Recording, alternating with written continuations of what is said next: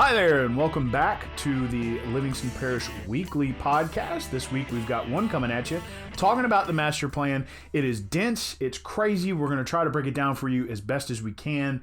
I welcome you. My name is McHugh David, publisher and editor of the news. We have long-form podcasts like this one. We also have morning and afternoon shows that we run at 7:30 a.m. and 4:30 p.m. We give you traffic, weather, and a little bit of overview of some of the things that we're talking about. We discussed this a few times over the morning show and afternoon show, kind of hit some of the highlights. Today we're going to get down into some of the details about it. It's an ongoing discussion we will be having in print, video. The parish council will be discussing it, as we will mention later, but there's a lot of stuff going on here, so we want to try to help you muck through this 144-page document or so. It is the focus of Thursday's paper, September 5th. If you want to check that out, it's the first of a multi-part series. We're talking about zoning in that one, and zoning is the big deal going on here. So we welcome you again. Want to make sure that you get comfortable because there's a lot going on here. We hope we present it in a way that you enjoy. We put out these podcasts to all platforms, including Apple Podcasts. They also go on our website, www.livingstonparishnews.com/podcast. We're on Facebook, Twitter, LinkedIn, Instagram, and YouTube. Our magazine version is on Thursdays. Broadsheet is on Sundays. The magazine version, as we mentioned, is focused on this. So let's get started. First and foremost, if you are watching the video, you will see the cover of Envision Livingston, which is a comprehensive master plan for Livingston Parish, adopted by resolution by the then Parish Council in 2013. If you're listening, it's a cover that has what looks like some municipal borders and land use borders, along with a neat little logo in the bottom. The interesting thing about this 144-page document is that it covers a lot of different things. It's about 7 different categories that it runs through. Zoning, again, is what we'll be talking about today. It was brought about by a $450,000 FEMA grant that went to fund a counselor type person, that walked them through the process of putting this together. They also did what they could to form public hearings, public meetings. They walked the council through what it said at the end, and then those sorts of things to kind of bring it all together, because as mentioned, it is a dense document. It's the result of a lot of public hearings, a lot of input from public officials, as well as some research done on demographics and those sorts of things. The sort of key concepts of the plan are economic development over a long stretch of time, infrastructure improvements, which include drainage. In the end, that was supposed to formulate sort of a better economy here in Livingston Parish. Now, we'll discuss about the interesting things that come about through those seven deals here now. So number one is land use and zoning, which is what we'll be talking about here today. Once we get to that part, this is a little bit of background.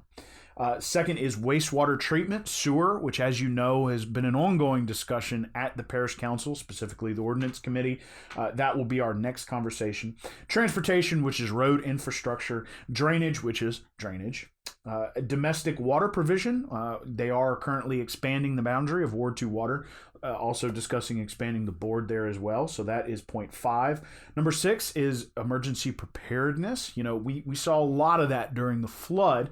Remember, this was passed in 2013. We saw a lot of emergency preparedness issues during the flood as people could not get out. We have waterways that surround us on both the east and west side, and of course the south is a giant lake. In order to get into Ascension, you have to cross a river. The river flooded. So in a lot of places where we need to get out, or in better instance, get things in, we can't. So that was a problem during the flood. It's discussed in the master plan under emergency preparation. That will be a conversation for another day. Finally, coastal management. Mr. Drew Walker is actually in the room with me right now. He helps me with these, setting up the video and things like that. He went down to French Settlement and Port Vincent and talked with the officials there.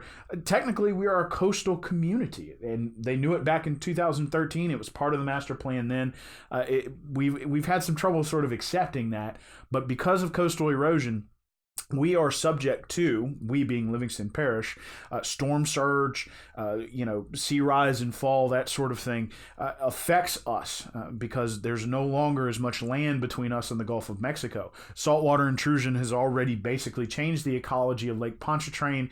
It will not be long before it comes up that channel. It's right next to Manchac on I-55 and hits Lake Maurepas. So that not only will we have that saltwater intrusion, but it will solidify the idea that we are a coastal region. How that affects things is the Amite, the Tickfaw, those dump into Blind River, dump into Lake Maurepas.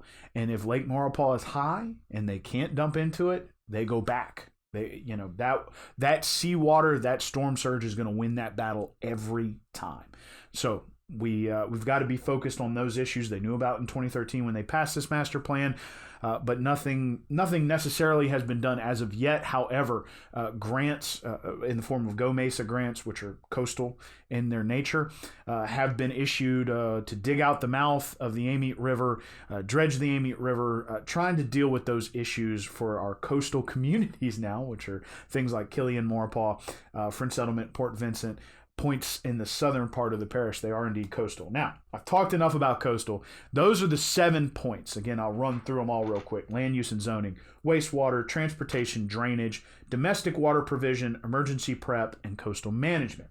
Those were the 7 main highlights of the master plan. Let's talk about what's going on with land use and zoning. So in 2013, at the end of over 100 plus meetings with a variety of different people, this document was drawn up. It's 144 pages as mentioned. And it was presented to the parish council, who passed it unanimously as a resolution. Now, resolutions are non-binding legal agreements. Okay, they tossed it out there as, okay, great, here is the master plan. It's a living document that exists. And that's where it stopped, because just after that, and a vote came up to allow individual parish council districts to vote on their own zoning. It died. Mr. Ricky Goff abstained because he didn't know enough about the situation. There was then a 4-4 tie, which killed it. Many of the people from the western part of the parish actually voted against it.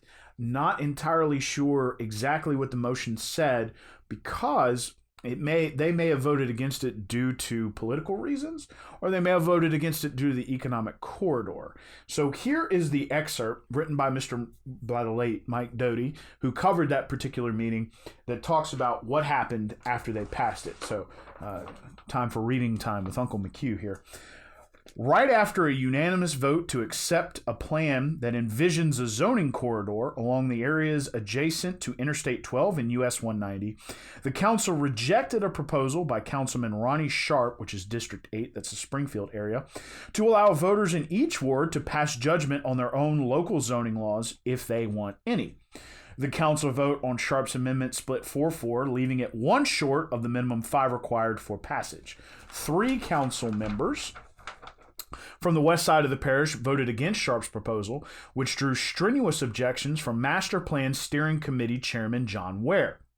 Sharp found support from the more rural areas in the eastern and southern Livingston Parish, as well as from Councilman Jim Nord of Watson. Ricky Goff, who represents the Walker area, abstained after complaining he needed more time to evaluate the details of Sharp's plan. Ware argued that voters already have a say in planning because they get to elect and unelect their council representatives, and received ample opportunity to give input for the plan at numerous meetings over the past year. I say the people have spoken, or had a chance to speak, all this time, Ware said. Now, Mr. John Ware was the former director of the Livingston Parish Economic Development Council. What's interesting about his comments is that within, if you're watching the video, there's a little section here under land use which says implementation. And what's interesting about Mr. Ware's comments is that the people were heard, and that within this plan, part of the implementation piece was that they were supposed to have self-determination zones. So first and foremost, number 1 on implementation strategy is adopt zoning regulations in the I-12 Highway 190 economic corridor. Now, first and foremost, what that is an area about 1.5 miles south and 1.5 miles north of Interstate 12 running throughout the entire parish. And what we might be concerned about, what we do not know, is perhaps in trying to get these individual zoning districts, they did not include the economic corridor. Mr. Sharp didn't in his motion. We're not 100% sure about that, but that was part one. And so what they're talking about there is having extra emphasis on infrastructure in that area, as well as zoning laws to make it more habitable for industry and commercial to grow the tax base. It is important to note that in 2013, and it's still very much the same, the master plan states that the tax base in Livingston Parish was not keeping up with the growth in terms of infrastructure needs. So as some of you may know, coming up in the spring, the road program tax, 25% of that 1 cent, it's a sales tax, goes to the Parish Detention Center. The other 75% goes to fund the Department of Public Works. Now, that's a sales tax. They say retail follows rooftops. The master plan says that's not necessarily true for Livingston Parish. Now, when this was adopted, Juban Crossing was just getting started. It's produced some good sales taxes for the parish. However, there are a lot of empty spaces there, but there's a lot of things going in across the road. So, it could be a lease issue or things of that nature. But it is interesting to note that in 2013, according to the people who drafted the master plan, the sales tax was not keeping up, and really the tax base in general, because we do have millages here as well, was not keeping up with the growth to supply good infrastructure in the term of utilities, good drainage infrastructure, or good road infrastructure. So they wanted to focus on that area first, which is the economic corridor we mentioned, 1.5 miles north of I-12, 1.5 miles south. Within that area, they were focused on commercial and industrial development to bring jobs and tax base. Per the 2013 report, roughly 2 out of 3 people were leaving Livingston Parish to go work somewhere else. It is a thought of economics that wherever a person goes and works, they tend to spend their money as well. A lot of people would come home to buy their groceries. Some people were buying them in Baton Rouge, or they were working at the plants in Ascension, bought their groceries on the way home. They were working in Hammond and New Orleans. It's hard to say. Sales tax has grown since 2013 and was growing in 2013. Property taxes are probably growing as, especially in the western part of the parish, house values have increased. But still, new roads are developed for those subdivisions. They need infrastructure. So there's a give and take there. But they wanted to focus on that to try to bring that money back into the parish. Of course, this never was passed. Now, here's what's interesting about Mr. Ware's comments, as we said. He said the people have spoken. Well, they did. The second part of the implementation plan, which I will read to you, is this. Create a process of self-determination organized by sub-areas for the remainder of the parish to determine the extent to which they wish to adopt regulations to increase predictability of future development. Individual sub-areas should be given a reasonable time, say 2 years, to undertake the sub-area self-determination process, modify their plan, and decide on zoning. If a sub-area fails to take any self-determination action, the parish may continue to use the anticipated land use map as a guide for decision-making and consider adopting zoning.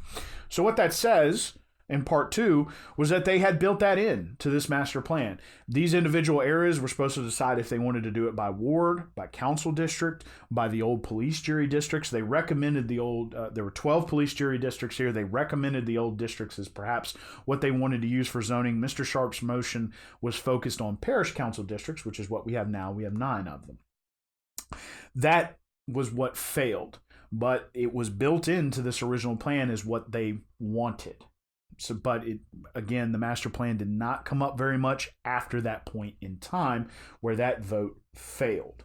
So now it has resurfaced. The master plan has. The interesting thing about it is it has resurfaced again around the zoning portion. About 6 months ago, Parish Councilman Tracy Girlinghouse from District 7 went before the council and said, we need zoning, it's past time. His proposition was to go after zoning first, and preferably on a district-by-district basis, council districts. He formed a master plan committee, originally supposed to be 5 members, eventually ballooned into 9 to try to make sure that everyone from every parish council district had representation. And the idea there was to have an ongoing conversation about how to change the master plan, adopt a new master plan, go after zoning. What eventually happened was that the conversation grew from zoning to drainage to sewer. The sewer portion eventually came down from Ordinance Committee after they punted a regulatory ordinance on sewer package plants down to the Master Plan Committee. Parish-wide drainage was already something that had been discussed, so they included that. And then parish-wide zoning was something that had been discussed as well. After a few months, at the August Master Plan Committee meeting, the Director of Homeland Security and Emergency Preparedness, Mark Harrell, came and spoke to the group. Or Mr. Harrell rather, is the purveyor of most grants, or his office is the one that seeks most of the grants for the parish. He said that he would be able to get them some money, but they would have to start the master plan over. The committee had found out that to update the master plan from 2013 to today's standards would probably be about 50% of the original cost, which was $225,000 to $250,000. Mr. Harrell said that he could probably get a grant, but that they would have to start over on the master plan. And he said once you got sewer involved and drainage involved, that required engineers, and so your costs started going up. By the end of the meeting, they were looking at $1.5 million to $2 million, which is anywhere with a required match on a matching grant from the local coffers, I guess you can call them. It was $375,000 to $450,000 to fund a master plan of that scale. Mr. Girlinghouse turned around after that meeting and introduced an ordinance to go ahead and pass the 2013 version by ordinance. Remember, we mentioned earlier that it was passed by resolution the first time, which is non-binding. But by ordinance, it means that they would have to at least try to follow some of what's in here. They have discussed that they can amend it if they need to, change anything that they're really looking at or want to do, but they're mostly focused on getting zoning out of this. So he introduced that ordinance. It passed. They gave themselves a month to read over it and discuss it. That would be the parish council. It will be talked about as a public hearing on the second parish council meeting of September, which, let me check this date just to make sure that I'm giving you guys the right date here. And that is going to be the 26th of September. They start at 6:30 p.m. in the parish council chambers. They will talk about introducing the Envision Livingston Master Plan. And then Mr. Girlinghouse is focused on that part 2 of the implementation. No one's really mentioned the economic corridor this time. It was talked about a lot in the Master Plan Committee meetings, but it has not been talked about much by the parish councilmen themselves. What Mr. Girlinghouse says he is most focused on is zoning for his district. And whoever elects to have zoning in their district, good for them. For those who don't, good for them as well, according to Mr. Girlinghouse. So he has introduced that ordinance. Again, it is coming up on September 26th. They are interested in zoning only. One of the pieces of the original master plan was that the parish probably, or it pretty much says that the parish will need to hire a master planner. That has not been, it has been mentioned, but has not been discussed as a thing that they will do. However, one of the issues that they will have going forward, if they want to do anything outside of zoning, is going to be money. Revenue is difficult, especially for the implementation and inspection of those other pieces of the puzzle that come with this master plan. Again, we talked about zoning. Those other 6 are wastewater, transportation, drainage, domestic water provision, emergency preparation, and coastal management. A lot of that is being done at the moment with grants, but it's being done on a piecemeal basis based on what comes up. And so, excuse me. So what they'll be focused on first is zoning. If they can find money for the rest over a large amount of time, then they'll give that a shot. But what Mr. Girlinghouse believes is that the basis for zoning exists within the 2013 version. And instead of starting a brand new master plan all the way over, he believes they should adopt this and move forward with trying to give each district individual zoning. So, with that discussion having been said, the master plan original, the 2013 version, you can actually find it on our website. We have uploaded the PDF.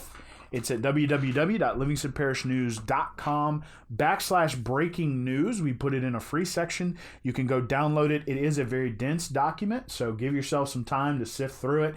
Maybe start with the demographics, which are in the front part of the document, and then get into land use and take each one of those 7 pieces individually, kind of sort through them. They do build on each other. But again, the reason that Mr. Girlinghouse is bringing this back up, that he has not dissolved the committee. He is more looking for a quick response to the need for zoning.